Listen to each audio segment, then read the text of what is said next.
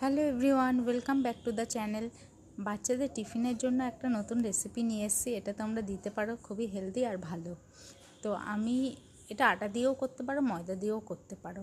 আমি ময়দা দিয়েই করেছিলাম, আটা দিয়ে করাটাই বেশি ভালো। আর প্রথমে রুটিটা এরকম করে নিয়েছি, তার ভিতর আমি চিজ দিয়েছি আর ক্যারেট দিয়েছি আর একটুখানি অরিগানো দিয়েছি আর একটা চিলি ফ্লেক্স, সবই অল্প অল্প সামান্য। তারপরে এটা মোগলাই যেমন বানায় ওরকম স্টাইলে আমি ফোল্ড করে নিয়েছি।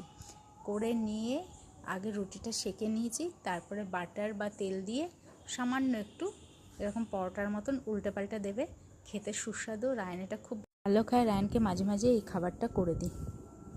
তাই ভাবলাম আজকে তোমাদের সাথেও খাবারটা শেয়ার করি। ওর বাবা দেখে ওর বাবারও খেতে ইচ্ছে করছে, ওর বাবাকেও টিফিনে এটা দিয়ে দিয়েছি লাঞ্চে।